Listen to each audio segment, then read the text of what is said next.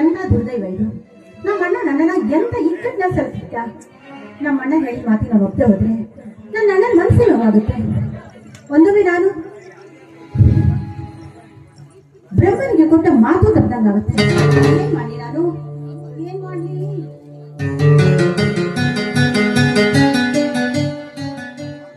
ಜಗದೀಶ್ ಜಗದೀಶ್ ಯಾರು? ಓ, ಅನ್ನ ಹಾಕೋ ಧಣಿ. ಹಲೋ ಮೇಡಮ್, ದರ್ಪವೇ ನಿಮ್ಮ ಮುಸಿರು ಅಂತ ಕಾಣುತ್ತೆ. ದರ್ಪ ಮಾತನಾಡುತ್ತಿರುವಾಗ ಧರ್ಮ ಸುಮ್ಮನಿರುವುದು ಇದು ಜಗದ ನಿಯಮ. ಒಂದು ಸಾರಿ ಏನಾದರೂ ಧರ್ಮ ಸಿಡಿದೆದ್ದರೆ ಇನ್ನು ದರ್ಪ ಮೂಲೆ ಗುಂಪಾಗಿರುವುದು ನೀನು ಕೇಳಿರಬೇಕಲ್ಲ.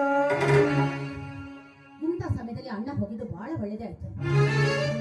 ಇವು ನಮ್ಮ ಮನೆಗೆ ಬಂದಿದ್ದಾನೆ, ಚೆನ್ನಾಗಿ ಅವಮಾನ ಮಾಡಿ ಕಳಿಸಿದ್ರೆ ಮತ್ತೆ ಬರಬಾರ್ದು. ಆಗ ನನ್ನ ಅಣ್ಣ ಕೊಟ್ಟ ಮಾತು ಉಳಿಯುತ್ತೆ, ಬ್ರಹ್ಮನಿ ಕೊಟ್ಟ ಮಾತು ಉಳಿಯುತ್ತೆ.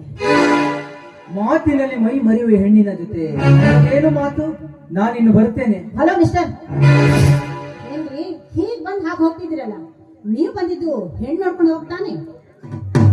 ನಿಜ, ನಾನು ಹೆಣ್ಣು ನೋಡಲಿ ಬಂದಿರುವೆ, ಆದರೆ ಹೆಮ್ಮಾರಿಯನಲ್ಲ. ನೋಡಿ ಮೇಡಮ್, ಜಗದೀಶ ಒಂದು ಸುಂದರವಾದ ಗುಲಾಬಿ ಹೂವಿದ್ದಾಗೆ, ಆದರೆ ನೀನು ಅದರ ಸುತ್ತಲೂ ಮುಳ್ಳು ಅಂತ ಈಗಲೇ ಗೊತ್ತಾಯಿತು. ಓಹೋ, ಅದಿರ್ಲಿ.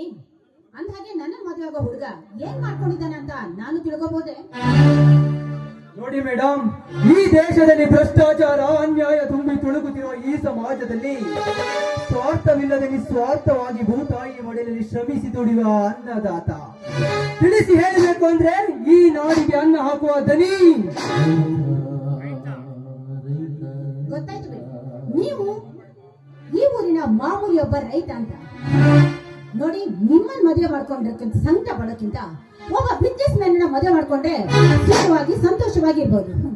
ನಿಮ್ಮನ್ನ ಮದುವೆ ಮಾಡ್ಕೊಂಡ್ರೆ ಜೀವನ ಪೂರ್ತಿ ಹೊಟ್ಟೆಯು ಗತಿ ಇಲ್ಲದೆ ತುಂಡು ಬತ್ತಿಯು ಗತಿ ಇಲ್ದೇನೆ ಹಾಗಿರ್ಬೇಕಾಗುತ್ತೆ ಜೀವನ. ನೋಡಿ ಮೇಡಮ್, ಹೊಟ್ಟೆಗೆ ಹಿಟ್ಟಿಲ್ಲ, ತುಂಡು ಬಟ್ಟೆಗೆ ಗತಿ ಇಲ್ಲ ಅಂದಿದ್ರು ಮಾನ ಮರ್ಯಾದೆಗೇನು ಕಮ್ಮಿ ಇಲ್ಲ ನಮ್ಮಂತ ರೈತರು. ಅಷ್ಟೇ ಯಾಕೆ, ಕಟ್ಟಿಕೊಂಡ ಹೆಂಡತಿ ಕಷ್ಟನೇ ಬರಲಿ ದುಃಖನೇ ಬರಲಿ ಜೊತೆಯಾಗಿ ಇದ್ದು ಸಂಸಾರ ಮಾಡ್ತಾನ ಈ ನೇಗಿಲ ಯೋಗಿ. ಆದರೆ ನೀವು ಇಷ್ಟಪಡುವ ಬಿಸ್ನೆಸ್ ಮ್ಯಾನ್ ಒಂದೇ ಒಂದು ಸಾರಿ ಲಾಸ್ ಆದರೆ ಮರುದಿನ ಕುಡಿದುಕೊಂಡು ವರದಕ್ಷಿಣೆ ಕಿರುಕುಳ ಕೊಟ್ಟು ಮರುದಿನ ಮತ್ತೊಂದು ದುಡ್ಡಿಗೆ ಆಸೆಗೆ ಮರುದಾಗಿ ಅವಳನ್ನು ಸುಟ್ಟು ಹಾಕಿ ಎಷ್ಟೋ ಉದಾಹರಣೆಗಳಿವೆ ಈ ಭರತ ಭೂಮಿಯಲ್ಲಿ. ಅಂಥದ್ರಲ್ಲಿ ಆ ನಿನ್ನ ಬಿಸ್ನೆಸ್ ಮ್ಯಾನ್ ಗಂಡಿಗಿಂತ ಈ ದೇಶಕ್ಕೆ ಅನ್ನ ಹಾಕುವ ರೈತನೇ ಮೇಲಲ್ವಾ ಮೇಡಮ್? ಓಹೋ, ಯಾವನೋ ಒಬ್ಬ ರೈತ ಅಂದ್ರೆ ಒಬ್ಬ ಬಿಸ್ನೆಸ್ ಮ್ಯಾನ್ ಹಾಗೆ ಮಾಡಿದ ಮಾತ್ರಕ್ಕೆ ಮತ್ತಾರು ಇಲ್ಲ ಅಂತ ತಿಳ್ಕೊಂಡ್ಬಿಟ್ಯಾ? ನೋಡು, ನೌಕರಸ್ಥರನ್ನ ಮದುವೆ ಮಾಡ್ಕೊಂಡ್ರೆ ಜೀವನ ಪೂರ್ತಿ ಹಾಯಾಗಿರ್ಬೋದು. ಅವನ್ ತಿಂಗಳ ತರೋ ಸಂಬಳದಿಂದ ಜೀವನ ಪೂರ್ತಿ ಸುಖವಾಗಿರೋದು ಮಿಸ್ಟರ್ ನೇಗಲಿ ಯೋಗಿ. ಹಾ, ನಿನ್ನ ನೌಕರಿ ಗಂಡನ ಪಗಾರು ತಿಂಗಳಿಗೆ 20,000, ಅಂದರೆ ವರ್ಷಕ್ಕೆ 2,40,40,000. 10 ವರ್ಷ ದುಡಿದರೆ 24 ಲಕ್ಷ, ಅಂದರೆ ನಿನ್ನ 30 ವರ್ಷ ದುಡಿದರೂ ಅವನಿಗೆ ಸಿಗುವ ಹಣ ಕೇವಲ 73 ಲಕ್ಷ. ಆ 73 ಲಕ್ಷ ಇಂದಿನ ರೇಟಿಗೆ ನನ್ನ 3 ಎಕರೆ ಜಮೀನಿಗೆ ಸಮ. ಅಂದರೆ ಬರೋಬ್ಬರಿ ನೀವು 30 ವರ್ಷ ದುಡಿಯುವ ನಿನ್ನ ನೌಕರಿ ಗಂಡನಿಗಿಂತ 3 ಎಕರೆ ಭೂಮಿ ಪುತ್ರ ಈ ರೈತನೇ ಅಲ್ವಾ ಮಿಸ್ಟರ್ ಅಮೃತಾದೇವಿ ಅವರೇ? ಹಾಗಾದ್ರೆ ಬಂಗಾರದ ತಟ್ಟೆಯಲ್ಲಿ ಊಟ ಮಾಡ್ಬೇಕು ಅಂತ ಮಾಡಿರೋ ನಿನ್ನ ಕೆಟ್ಟ ನಿರ್ಧಾರ ನಿನ್ನ ಸ್ವೇಚ್ಛಾದ ಮನಸ್ಸಿನಿಂದಲೇ ಗೋಚರವಾಗುತ್ತೆ. ಹಾಗಾದ್ರೆ ನನ್ನ ಪಡಿಲೇಬೇಕು ಅಂತ ಹಠ ತೊಟ್ಟಿದ ಹಾಗಿದೆ.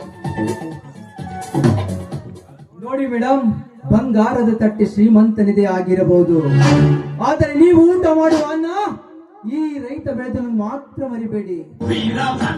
ಆದರೆ ಕೊನೆಯದಾಗಿ ಒಂದು ಮಾತು ಹೇಳುವ ಕೇಳಿ. ನಿನ್ನಂತ ಮೋಹದವಳನ್ನು ಮದುವೆ ಆಗೋ ಗಂಡು ನಾನಲ್ಲ. ಮತಿಹೀನಗಿಡುವ ನಿಮ್ಮಂತ ಇತಿಹಾಸವನ್ನು ಸ್ಪಷ್ಟವಾಗಿ ನಾ ಬರೆಯುತ್ತೇನೆ ನನ್ನ ಸ್ನೇಹಿತ ಜಗದೀಶನ ಹತ್ತಿರ. ತಂಗಿ ಎಂಬ ಪದಕ್ಕೆ ಕಳಂಕವಾಗಿ ಬಿಡ್ತೀಯಾ? ಎಚ್ಚರ! ನೋಡಿ, ದಯವಿಟ್ಟು ಹಾಗೆ ಮಾಡಬೇಡಿ. ಈ ವಿಷಯ ಏನಾದ್ರೂ ನನ್ನ ಅಣ್ಣನಿಗೆ ಗೊತ್ತಾಯ್ತು ಅಂದ್ರೆ ನಾನು ಪ್ರಾಣನೇ ತೆಗೆದು ಬಿಡ್ತಾನೆ. ನಿಮ್ ಕಾಲು ಹಿಡಿದು ಬಿಡ್ತಾನೆ. ಬೇಕಾದ್ರೆ ನಾನು ಮಾಡಿದ ತಪ್ಪಿಗೆ ನಿಮ್ಮ ಮನಸ್ಸು ಅನಿಸುವಾಗ ಒಂದು ಹಾಡು ಬೇಕಾದ್ರೆ ಹೇಳ್ತೀನಿ.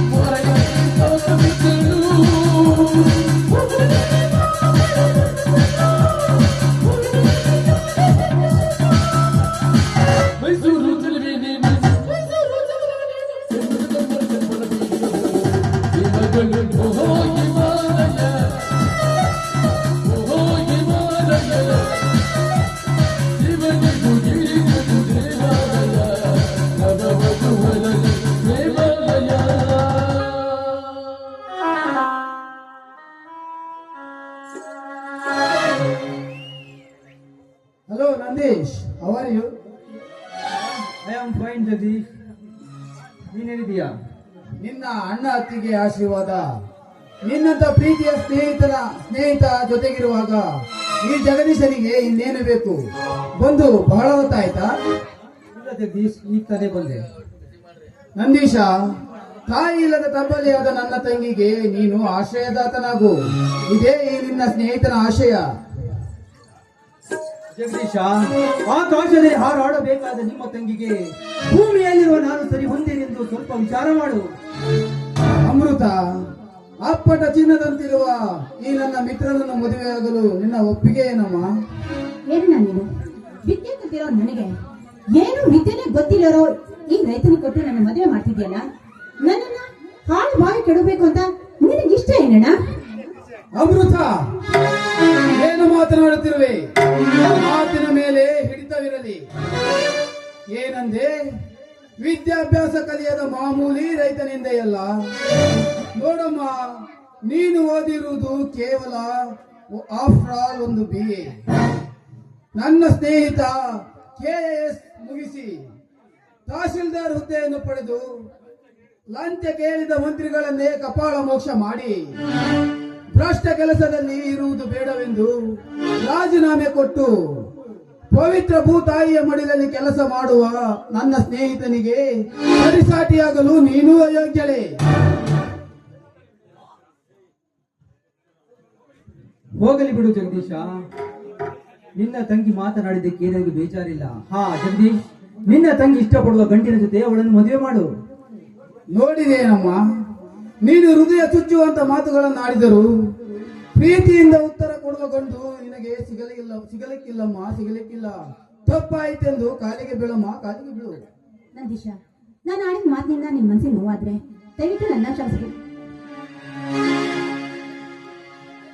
ಎದ್ದೇಳು ಅಮೃತ, ಎದ್ದೇಳು. ನೋಡು ಅಮೃತ, ಆ ಪರ್ವತ ದೂರದಿಂದ ನೋಡಿದರೆ ಸುಂದರವಾಗಿಯೇ ಕಾಣುತ್ತದೆ. ಆದರೆ ಅದನ್ನು ಹತ್ತಿರದಿಂದ ನೋಡಿದಾಗ ಮಾತ್ರ ಅದು ಕಲ್ಲು ಮುಳ್ಳುಗಳ ಆಗರ ಎಂದು ಗೊತ್ತಾಗುವುದು. ಹಾ ಅಮೃತ, ನೀನು ಕಾಲು ಇಡುವುದಕ್ಕಿಂತ ಮುಂಚೆ ಸ್ವಲ್ಪ ವಿಚಾರ ಮಾಡು. ನನ್ನ ಮಾತು ನಿನಗೆ ತಿಳಿದು ತಾನೆ? ನಿಜ ನಂದೀಶ, ನಿನ್ನ ಮಾತು ಅಕ್ಷರ ಸಹ ಸತ್ಯವಿದೆ. ಅಮೃತ, ಚಹಾ ಮಾಡಿಕೊಂಡು ಬರಮ್ಮ. ಬೇಡ ಜಗದೀಶ, ಬೇಡ. ನನಗೆ ಒಂದು ಸ್ವಲ್ಪ ದನದ ಪೇಟೆಗೆ ಹೋಗುವ ಕೆಲಸವಿದೆ. ಹಾ ಜಗದೀಶ, ನಮ್ಮಣ್ಣ ಬರುವಾಗ ಒಂದು ಮಾತು ಹೇಳಿ ಕಳಿಸಿದ್ದಾನೆ. ನೋಡುತ್ತಮ್ಮ, ಆಕಳನ್ನ ತರಬೇಕಾದ್ರೆ ಹೊರದು ಹಾಯದ ಮಾತು ತರಕ್ ಹೋಗ್ಬೇಡ. ಯಾಕಂದ್ರೆ ಅವು ಹಿಂಡಿ ತಿಂದು ತುಂಬಾ ದರ್ಪ ತೋರಿಸ್ತಾವ. ಒಣ ಹುಲ್ಲು ತಿಂದ್ರು ಅಡ್ಡಿಲ್ಲ, ಗರ್ವದಿಂದ ಬದುಕು ಆಕಳನ್ನೇ ಹುಡ್ಕೊಂಡು ತಗೊಂಡ್ ಬಾ ಅಂತ. ಸೊ ಅದಕ್ಕೋಸ್ಕರ ಗರ್ವದಿಂದ ಬದುಕು ಒಣ ಹುಲ್ಲು ತಿಂದು ಆಕಳನ್ನೇ ಹುಡ್ಕೊಂಡು ಬರ್ತೀನಿ ಇವತ್ತು. ನಂದೀಶ, ನಿನ್ನಣ್ಣ ಹೇಳಿರುವ ಮಾತಿನಲ್ಲಿ ಅಕ್ಷರ ಸಹ ಸತ್ಯವಿದೆ. ಇದರಲ್ಲಿ ತಪ್ಪೇನಿದೆ? ಇಲ್ಲ ಇಲ್ಲ ಜಗದೀಶ, ಇಲ್ಲ. ಇವತ್ತು ಗರ್ವ ಮತ್ತು ದರ್ಪ ತುಂಬಿರೋ ಆಕಳನ್ನೇ ಮನೆಗೆ ತಗೊಂಡು ಬರ್ತೀನಿ. ಧರ್ಮದ ಗುದ್ದೆ ಕಟ್ಟಿ, ನೀತಿಯ ಸಂಸ್ಕೃತಿಯ ನೀತಿಯ ಸರಸಟ್ಟಿ,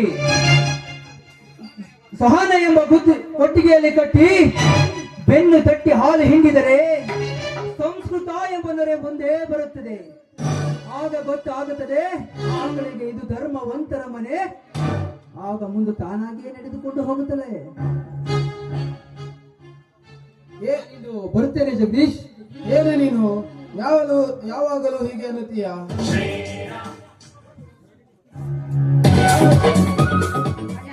ಅವನ್ ಹೋದ್ರೆ ಮತ್ತೊಮ್ಮೆ ಊಟಕ್ಕೆ ಬರ್ತಾನೆ. ಈ ಕಾರಣ ಅಡಿಗೆ ಮಾಡಿದ್ದೀನಿ, ಊಟ ಮಾಡುವಂತ. ನಡಿಯಮ್ಮ, ಊಟ ಬಡಿಸಿ.